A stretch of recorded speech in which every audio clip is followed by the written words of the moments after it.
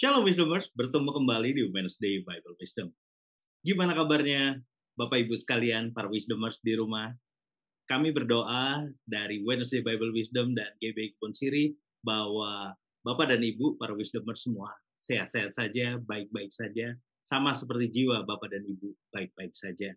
Hari-hari ini kita terus harus berjuang, bangkit untuk terus melakukan amanat Tuhan Yesus dimanapun kita berada. Di bagian kita masing-masing, kita melakukannya untuk kemuliaan nama Tuhan. Bapak Ibu, kita masuk dalam tayangan yang baru, dalam pembahasan yang baru, yang pastinya sedang hangat-hangatnya yang ada di dunia. Dan hari ini kita akan membahas, ada 3 seri yang sudah kita syuting kemarin bersama dengan Pastor Aruna. Bersama dengan Pak Aruna, kita sudah syuting untuk 3 seri untuk pembahasan perang Hamas dan Israel. Namun sebelum kita belajar, mari kita bersatu di dalam doa. Bapak, kami mengucap syukur buat segala kebaikan-Mu Tuhan. Kami berdoa, biarlah Engkau yang pimpin Tuhan Yesus, kami boleh belajar untuk melihat tayangan ini Tuhan dari awal, pertengahan hingga akhir. Biar menjadi kehendak Tuhan yang jadi, Engkau yang memberkati kami semua Tuhan dimanapun kami berada.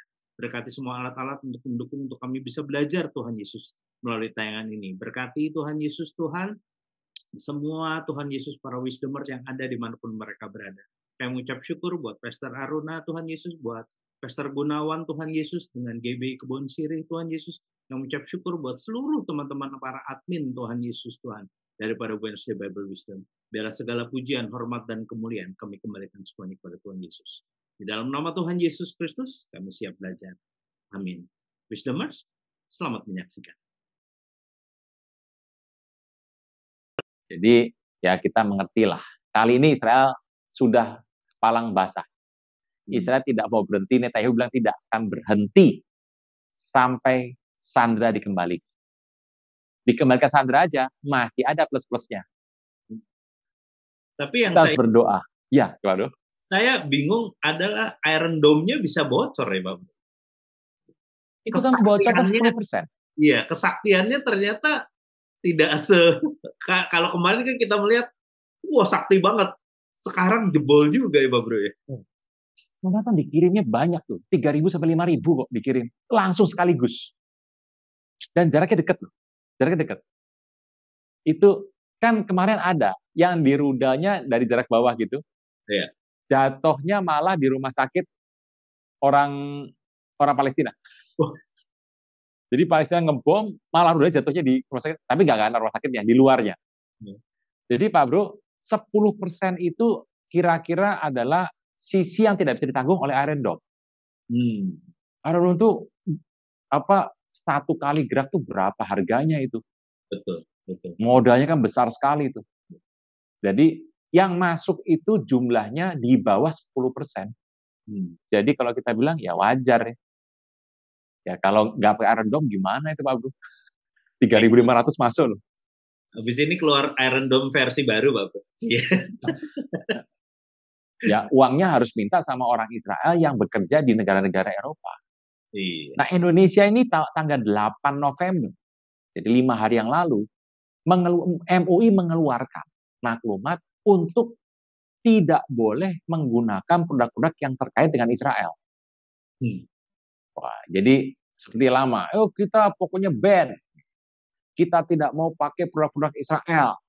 Nah, saya kembali lagi sama cerita saya dulu nih kalau begini. Semuanya saya baca. Ya, ini cuma apa? Obat-obatan, makanan, minuman sehari-hari lah. Tetapi yang saya lihat HP, gadget, internet enggak ditulis. Nah, ini gimana? Yang berbau sekarang nggak boleh masuk Pak Bro. Nah, sekarang perusahaan-perusahaan yang besar begitu mau diboikot oleh MUI dan rakyat, langsung bikin sumbangan ke Palestina. Palestina sendiri nggak ada masalah sebetulnya. Orang dia Indonesia bikin rumah sakit di situ. Boleh kan? Boleh dibuat. Itu daerah itu penguasaan Israel. Mereka boleh bikin kok. Bahkan saya tadi katakan Mesir, Pak Bro. Mesir tuh masukin barang dari Rafah bisa. Senjata juga masuk dari boblos masuk situ. Masuk dari situ juga senjata. Ya boleh juga begitu. Ini adalah merupakan perang yang kita harus sadar. Perang ini adalah jalan yang terbuka menuju perang akhir.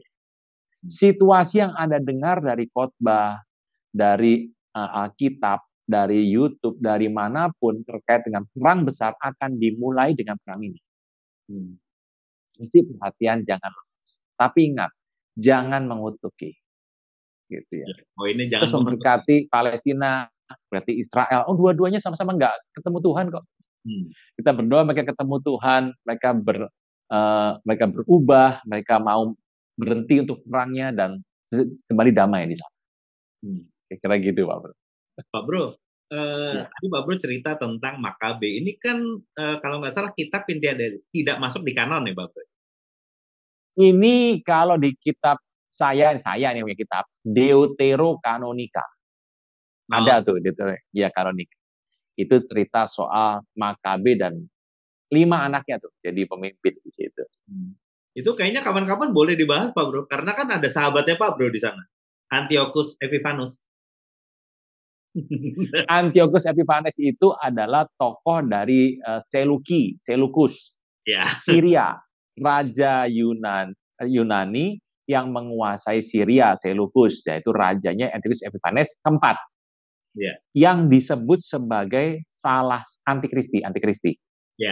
Orang yang disebut antikristi yang membuat bait suci dinajiskan dengan darah babi dan dikasih semua persembahan dikacaukan, dan kemudian pada hari pentahbisan Yohanes 10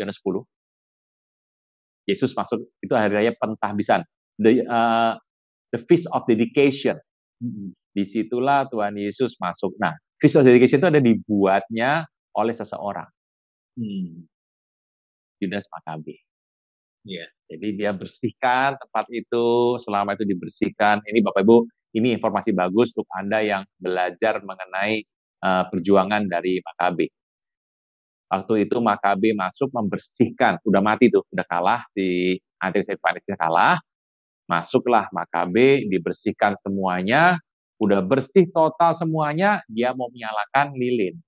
Dan delalah di dalam menorah sana cuma ada lilin sedikit sekali yang hanya bisa nyala untuk 1 hari. Padahal membuat sebuah lilin, minyaknya dibuatnya itu 7 hari. Lah gimana kita mau bikin untuk 7 hari harus nunggu, padahal ini nyala cuma bisa 1 hari. Dia berdoa sama Tuhan, Tuhan, tolong Tuhan, buatlah keajaiban di sini. Biarkan ini boleh menyala di hadapan hadirat untuk kami dengan hati menyembah Engkau. Ajaib, Pak Bro. Lilinnya nyala 8 hari. Iya. Iya, itu. Makanya disebut sebagai perayaan pesta dedikasi, pentahbisan. Itu yang terjadi. Nah, Pak Bro, kembali ke tadi waktu serangan Hamas pertama kali, banyak versinya kan, Pak Bro? Wah, periode kehebatannya Hamas tuh diangkat. Begitu dia masuk menggunakan katanya peralatan yang kayak terjun payung yang ada mesinnya segala macam. Betul. Nah, itu kan hari raya, merayakan hari raya kan, Pak Bro.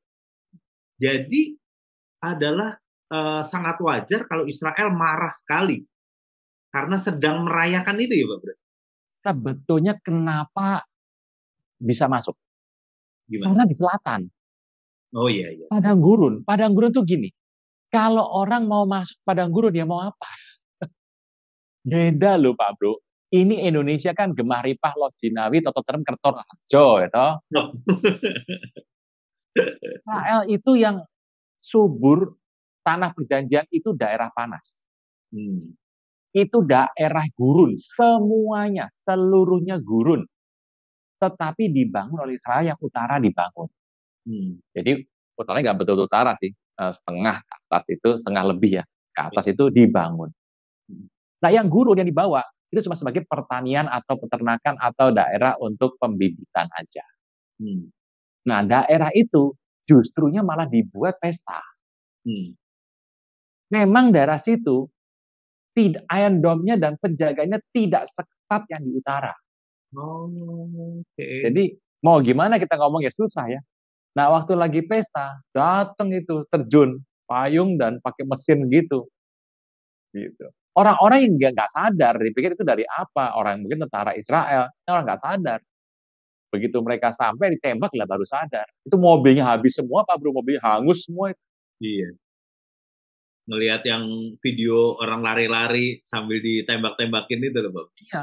Nah itu yang mereka pura-pura meninggal, ada beberapa. Iya. Wah kasihan itu satu keluarga dan rumah-rumah yang di Israel itu dimasukin orang Hamas, dibunuh semuanya. Yang sempat lari keluar, selamat tuh kita lihat ya, aslinya mati semua Pak Bro. Nah Pak Bro, sekarang ini kan berubah konteks ya Pak. Yang sebenarnya adalah si Israel melawan Hamas, tadi Haniyeh, tadi gengnya Haniyeh gitu kan ya Pak. Ya. Tapi sekarang akhirnya dunia mengecam karena kekerasan begitu luar biasa dan menyebut ini menjadi tindakan genosida Pak Bro ya. Dari tindakan genosida. Nah, kalau melihat seperti ini Pak, apakah ini benar-benar dalam waktu dekat Israel akan selesai Pak? Tekanan begitu luar biasa loh Pak. Nah ini gini aja, saya bicara di sini ya, ini bicara di sini aja. Dan untuk ini saja. Kalau Pak Bro mengatakan waktu singkat, ya. Oke. Anda pasti bertanya, kira-kira kapan? Kan gitu ya. Ya. Saya harus mengatakan, saya belum melihat. Tetapi, feeling ini, saya bicara feeling, berarti Anda mau percaya boleh, enggak apa-apa, kan ini feeling saya. Saya merasakan ada sesuatu yang lagi berjalan ke sana. Jadi kalau saya melihat tidak, saya nggak melihat akan terjadi dalam waktu dekat. Dalam setahun enggak, setahun juga enggak kok. 2 tahun saya juga belum lihat. Tapi saya nggak bilang nggak terjadi ya, saya nggak lihat aja. Ya. Tapi saya berasa sekali dalam feeling saya, yang ini akan bergerak dengan teratur. Ini kan teratur. Terus geraknya. Ini mau di sini bilang A, sini bilang B, segala macam. Kan terus jalannya. Situasi inilah kita harus dapatkan. Pak Bro, saya ini mendapatkan pesan dari seseorang. Ya. Penglihatan yang dimana penglihatan ini jarang. Artinya jenis penglihatan seperti ini cuma diberikan kepada orang-orang tertentu. Orang-orangnya juga kadang-kadang nggak mau bicara. Tapi ada yang bicara sama saya. Ya. Saya mengatakan kalau ini benar ya benar, kalau enggak ya. Nah, jadi ada pesan Tuhan seperti ini. Bahwa kita itu bertugas menyiapkan anak cucu kita. Menyiapkan rohani mereka.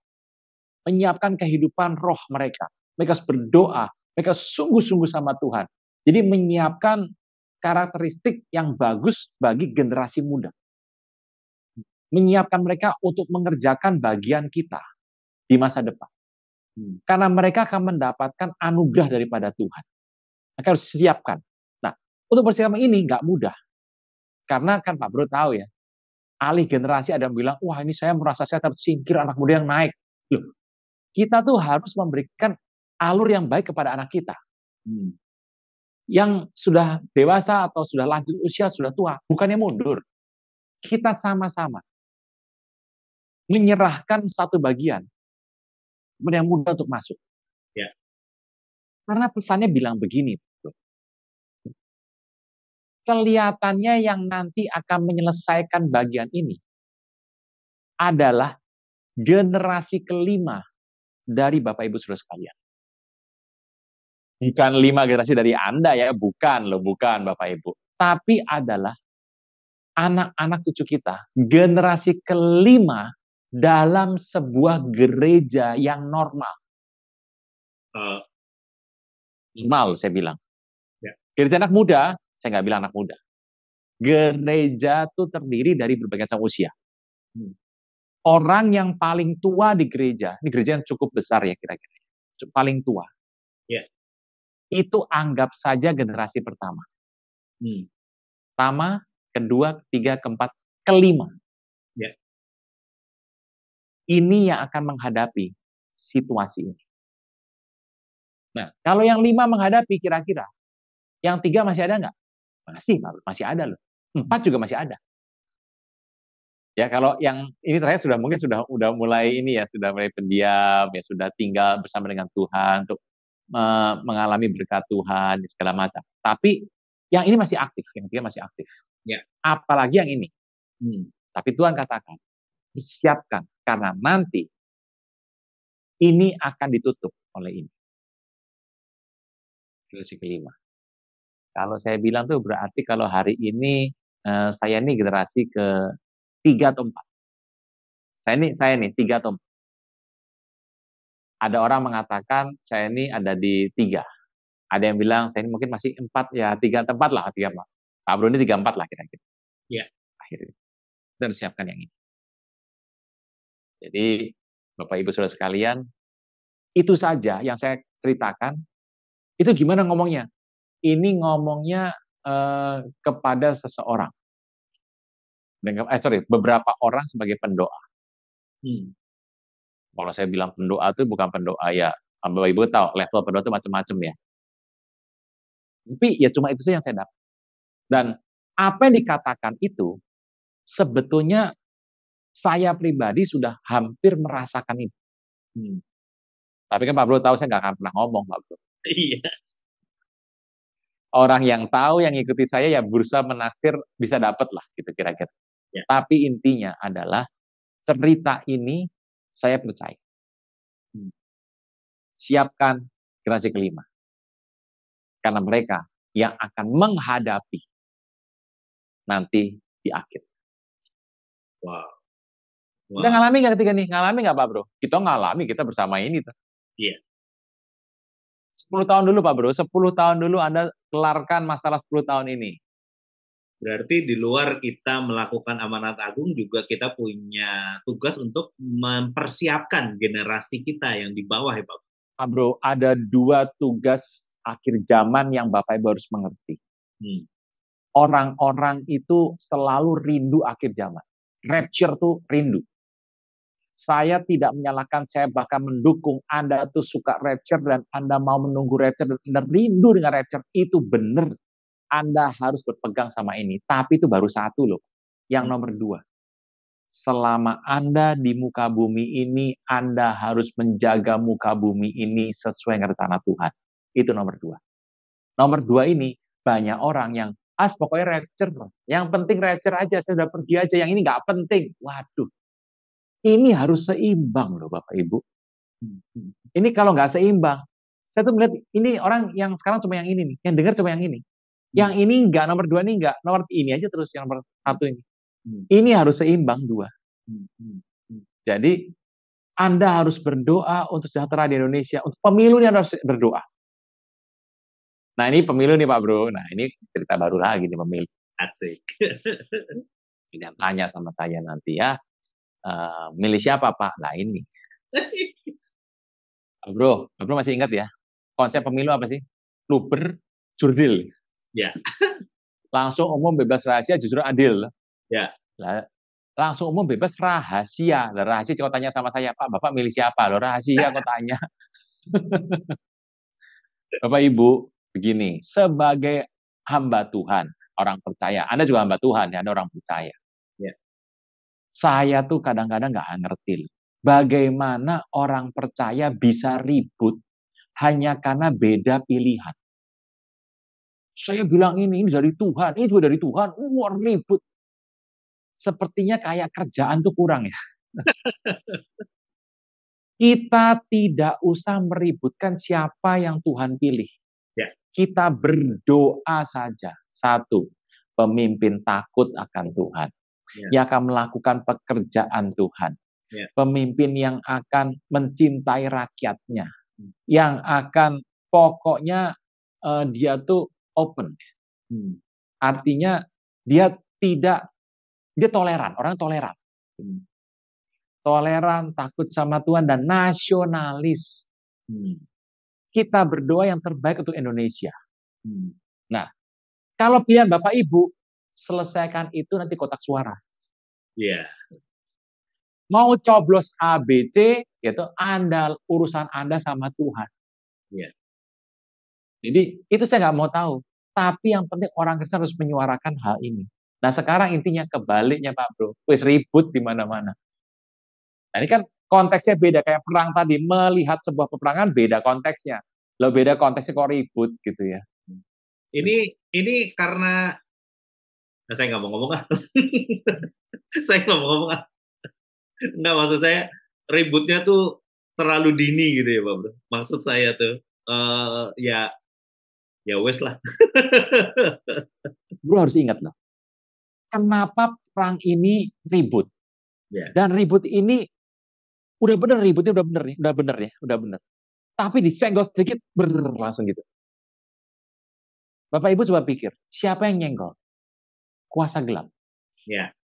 Kuasa gelap akan membuat hati Bapak Ibu tidak akan pernah tenang. Anda akan takut, Anda akan bertanya-tanya, Anda akan pusing, Anda akan berpikir begini segala macam. Karena kuasa gelap berpikir, ini waktu yang baik supaya orang tidak berfokus kepada Tuhan. Nah, jadi hati-hati nih, kalau kita mulai ribut, apalagi terkait dengan pilihan-pilihan, hati-hati di situ.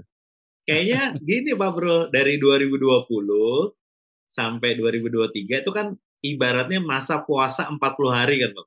Nah saatnya iblis mencobai Pak Bro. Ya Bapak Ibu, kembali lagi kepada konteks. Jadi kita harus benar-benar memilah. Mana yang Tuhan mau, mana yang benar-benar Tuhan inginkan, mana yang tidak Tuhan inginkan. Ya. Yang tidak benar-benar ini akan dipenuhi oleh kuasa kegelapan. Kuasa gelap akan masuk dari segala tempat. Kuasa gelap akan masuk dari mana-mana masuk. Tujuannya satu, supaya Anda tidak fokus. Supaya Anda melenceng ke kanan atau ke kiri. Nah, itu jadi bahaya. Nah, jadi artinya pesannya Pak Bro, buat kita semua para wisdomers adalah fokus sama Tuhan. Yang lain sudah diaturin sama Tuhan. Iya, betul. Ya, oke. Itu sudah beres toh? Fokus sudah beres toh? Fokus sudah beres Pak Bro. Tapi saya menarik sekali tadi kalau ngomong, saya mau nanya Pak Bro, tentang alam roh yang terjadi.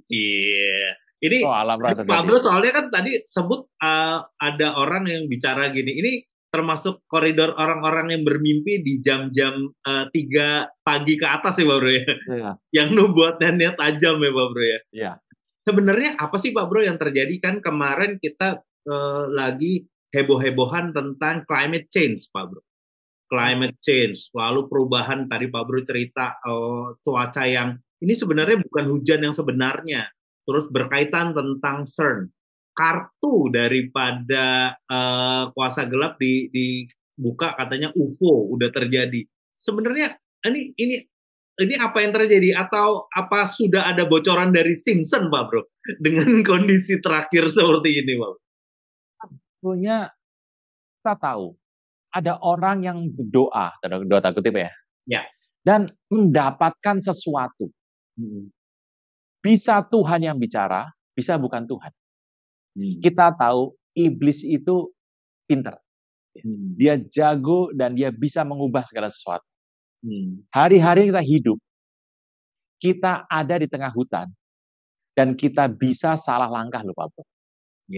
Climate change berubah, teknologi berubah, manusia berubah, kesehatan berubah, politik, ekonomi, budaya, sosial berubah, semuanya iklim berubah total. Pak Bro harus tahu, karena dunia ini sudah menolak Tuhan Yesus. Jadi dunia ini sedang ribut nih gini. Ini semakin ribut terus sampai akhir. Tetapi kita sedikit digambarkan dengan adanya perubahan teknologi. Kesehatan yang maju, yang menarik. Tetapi selalu aja ada seperti ini. Ada kelebihan dan ada kelemahan. Selalu ada begitu. Jadi teknologi itu ada kelebihannya, ada kelemahannya. Dan kita tuh bingung mau yang mana. Bapak Ibu, Anda nggak bisa untuk tidak menggunakan teknologi. Anda harus pakai. Tetapi satu yang paling penting, Anda harus pilih betul-betul mana yang Tuhan inginkan.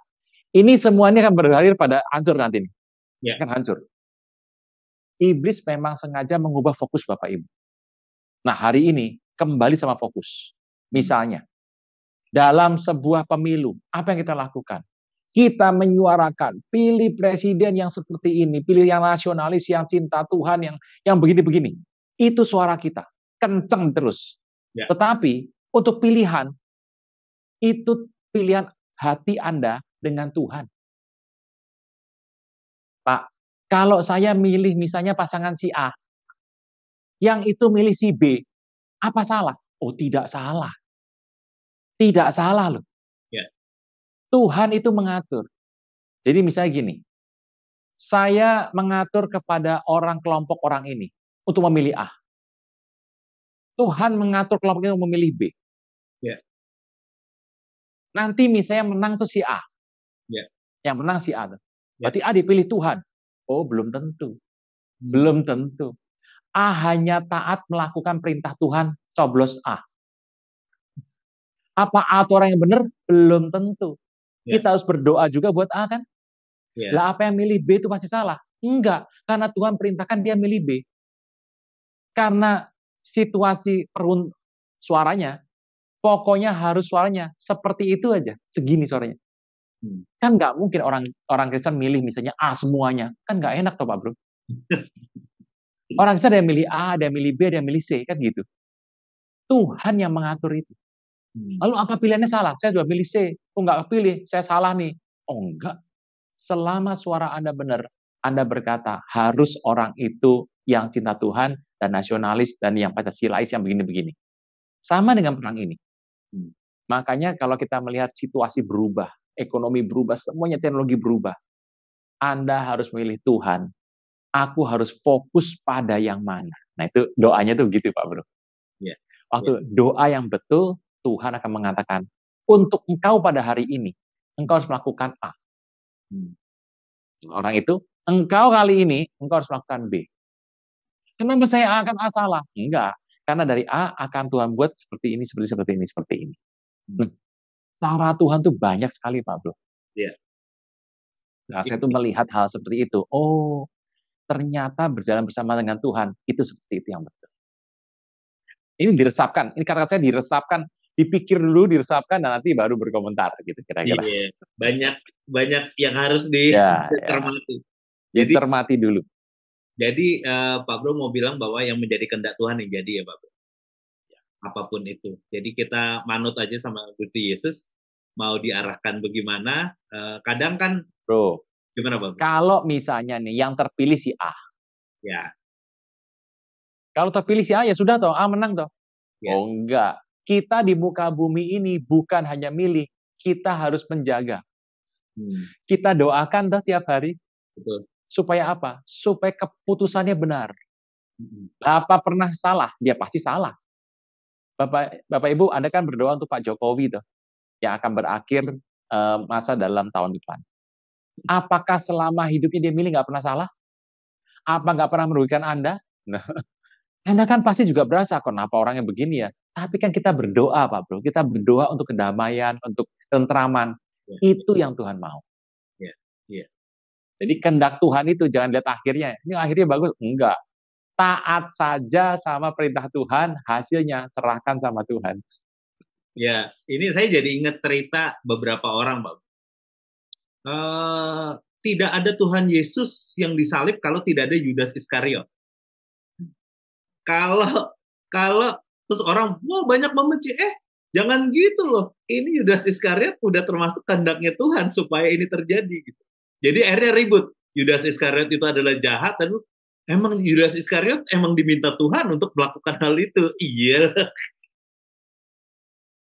Cerita itu gini, Pak Bro. Ini mau seri berikutnya, Pak?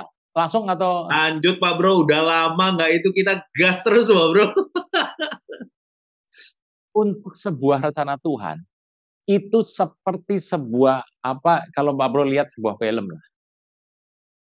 Tuhan tuh punya rencana. Ya. Tapi rencana ini, itu ada A, B, C, D, E-nya banyak. Jadi satu rencana ada banyak cerita. Ya. Dan cerita itu bisa nyambung ke sana, ke sini, ke sana, ke sini. Banyak sekali. Ya. Dan orang-orang yang dipilih sana, orang-orang yang tepat. Yang sesuai keinginan hatinya. Nah, Pak Bro itu loh. Ya. Bagaimana mungkin menyusun sebuah rencana Tuhan dengan A, B, C, D, E, F, G, dengan sebuah situasi kondisi yang hati orang tuh beda-beda. Hanya Tuhan yang bisa. Jadi, kita ngerti, kematian Tuhan Yesus adalah rencana Tuhan. Ya. Dan seluruhnya rencana Tuhan. Dia mengambil cara itu dengan orang-orang yang dipilihnya, itu semua rencana Tuhan. Kok bisa ya? Kok bisa ya? Ya itu rencana Tuhan. Ya. Akhirnya selami ya itu. Saling ini ya Pak Bro ya, saling berkaitan segala macamnya. Iya. Terakhir Pak Bro. Ya. Menutup tentang peperangan. Saya mau nanya tentang sikap banyak bangsa, termasuk bangsa kita, Pak, yang mengutuk tindakan daripada Israel. Ya kita tahu niatnya baik ya Pak Bro, karena kekerasan. Tapi kan Alkitab berkata, Pak, Tuhan berkata, siapa yang memberkati bangsa pilihan, dia akan diberkati. Siapa yang membenci bangsa pilihan, dia akan dibenci Tuhan. Pak Bro juga kemarin di channelnya Pak Bro juga bercerita tentang hal itu. Nah ini apa Pak Bro? Kita nih orang-orang yang berdoa berdiri buat bangsa Israel karena Tuhan minta, Tuhan suruh.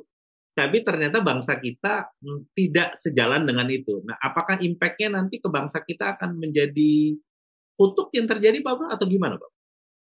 Ini kutuk nih, kita harus bicara soal kutuk. Ada orang yang mengutuk tanpa pengertian. Kalau dibilang memang kutuk tanpa alasan tidak akan kena. Ya, oke. Tapi kan lain ya. Di sini orang sudah mengutuk. Kita berpegang sama firman Tuhan bahwa Anda seorang percaya. Sebaiknya Anda tidak mengutuk. Anda jangan mengutuk. Anda memberkati. Karena itu yang Tuhan mau. Nah, bagaimana dengan sebuah bangsa yang mengutuk? Itu terbiasa, Pak Bro. Presiden-presiden kita di masa lalu itu mengutuk itu biasa. Karena perkataan mengutuk itu bagi mereka adalah perbuatan yang menista orang lain. Jadi kata kutuk ini menjadi sulit nih. Nah, kita mengambil kata-kata pesan Tuhan sama Abraham bahwa diberkatilah bangsa yang memberkati engkau, dikutuklah bangsa yang mengutuk engkau. Ya. Jadi kita ambil yang amannya bagi kita. Anda jangan mengutuk. Anda hanya boleh memberkati. Nah, bagaimana jika ada pemerintah Anda yang mengutuk? Anda harus berdoa bagi pemerintah itu supaya mereka tidak terkena kutuk. Anda harus berdoa, membentengi, meminta ampun sama Tuhan, dan mengubah itu tidak menjadi kutuk dalam hidup mereka. Ya. Nah, cerita ini, siapa yang berdiri? Ya Anda dan saya. Kita berdoa, ampuni Tuhan kalau bangsa ini pernah mengutuk, kalau pemimpin bangsa ini atas nama bangsa ini pernah mengutuk, kami minta ampun, kami memberkati Israel, kami memberkati Palestina. Ya. Jadi kita harus memberkati, jadi tidak mengutuk. Nah, Anda harus berdiri, Bapak Ibu harus berdiri.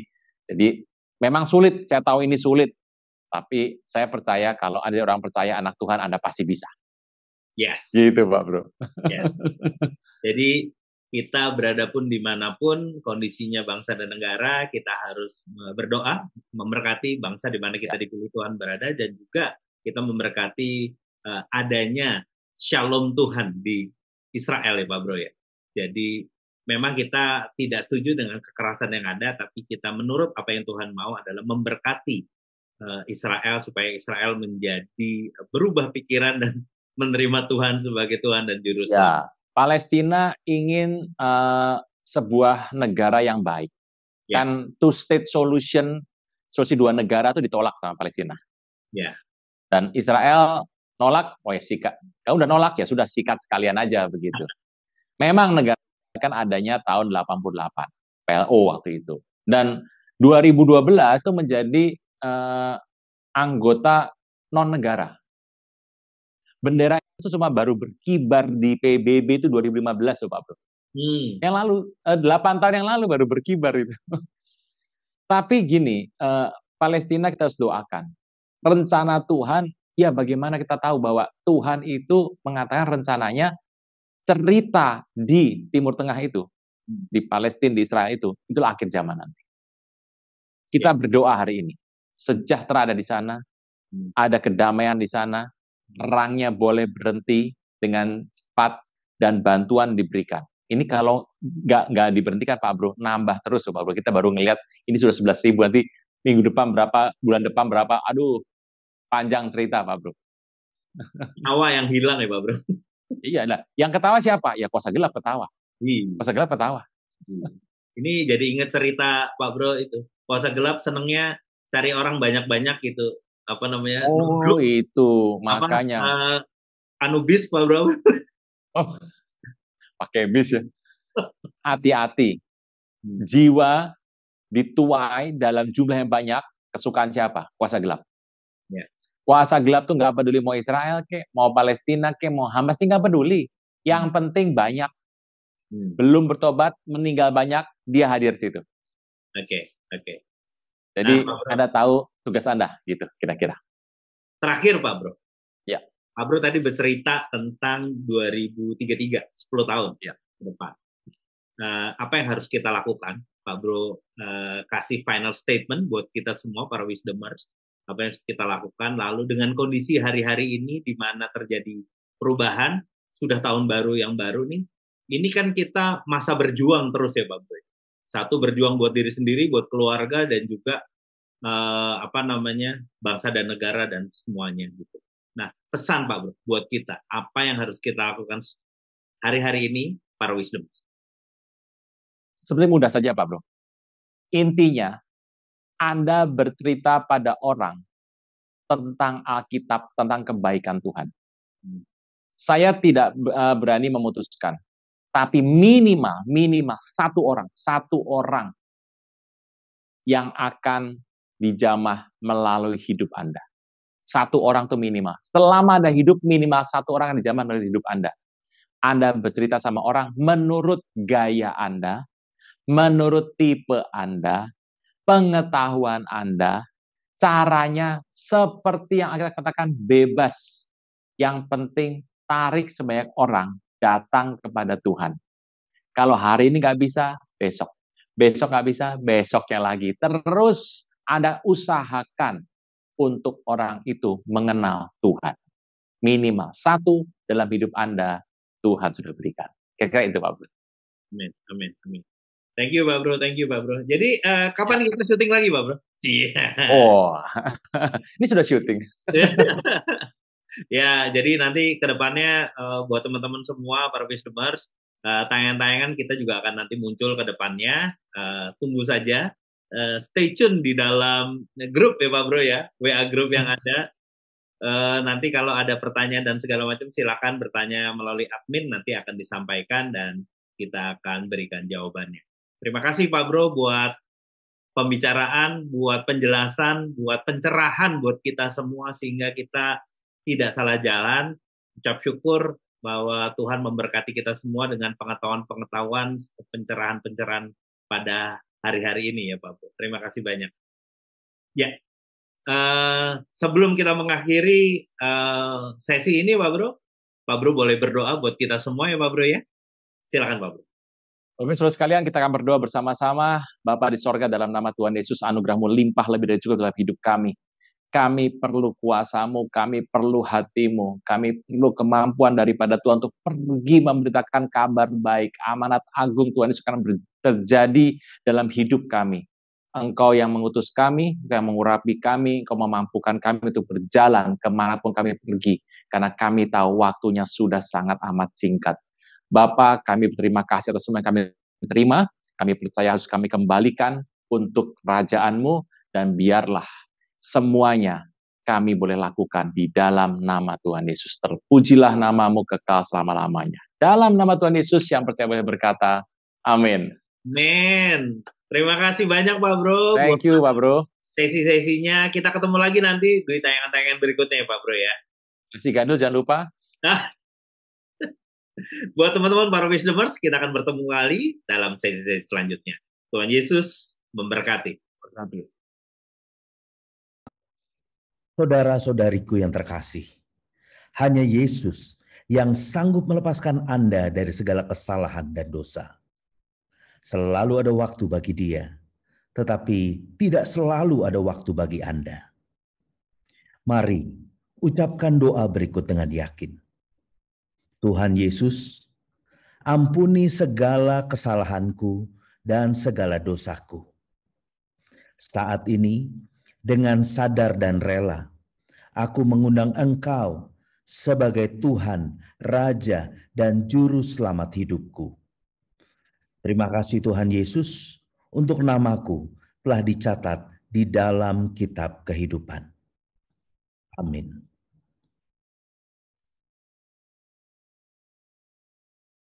Pada hari ini, selamat datang dan senang menyambut kembali Bapak, Ibu, Saudara-saudari hari ini.